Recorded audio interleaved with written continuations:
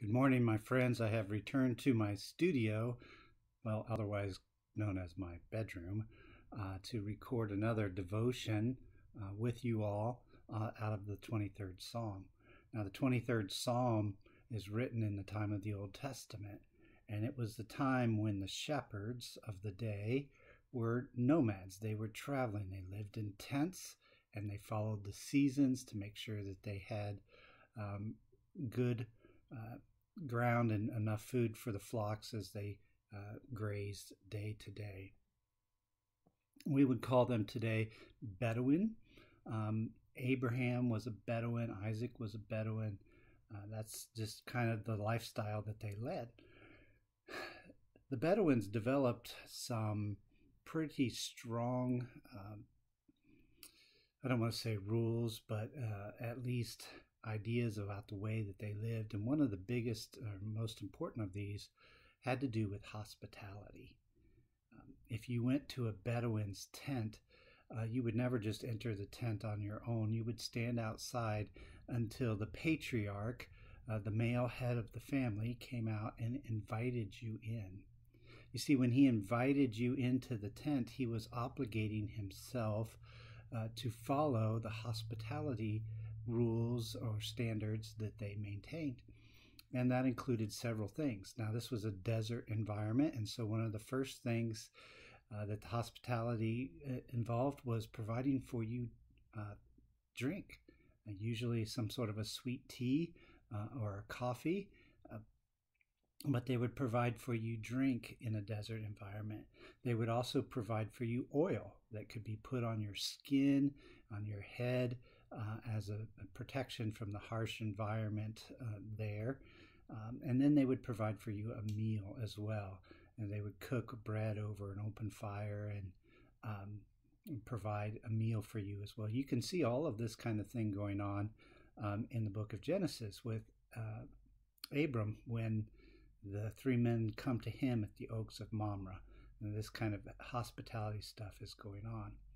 But part of the hospitality code was that when the patriarch invited you into his tent, he was obliging himself to protect you.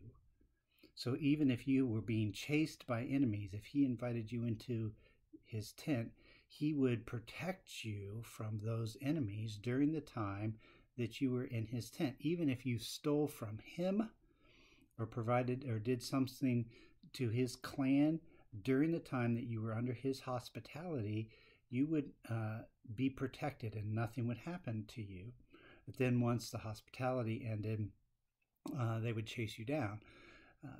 But I want you to see that there's this sort of hospitality was a big thing, and it was very formalized and ritualized, that you provided for the stranger who came into your tent. You provided for the person who had need. You lived in such a harsh environment that, drink and food and protection were things that everyone needed, and so they were offered. And this was part of why hospitality was so important, because without it, people may not be able to survive. Now, in thinking of the 23rd Psalm, we're usually thinking about green pastures and still waters and the rod and the staff and all the things that have to do with shepherding. But in verse 5, the picture in that psalm changes, and I want you to read it with me. It says, "You prepare a table before me in the presence of my enemies. You anoint my head with oil. My cup overflows." You see, this is the language of hospitality in this verse, that the picture has switched from out in the deserts and the fields with the sheep and the shepherds to back in the tent, provided hospitality by the patriarch of the clan. In this case, God is our patriarch, and he has brought us into his tent.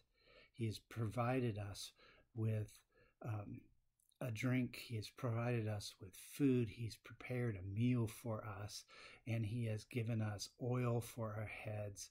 He's filled our cup to overflowing, but most of all, he has kept us secure. We are secure from our enemies. We have nothing to fear from them. As it says in the New Testament, Do not fear those who can only destroy the body, because that's all man can do, because God has promised us and given us that inheritance that we talked about on Sunday.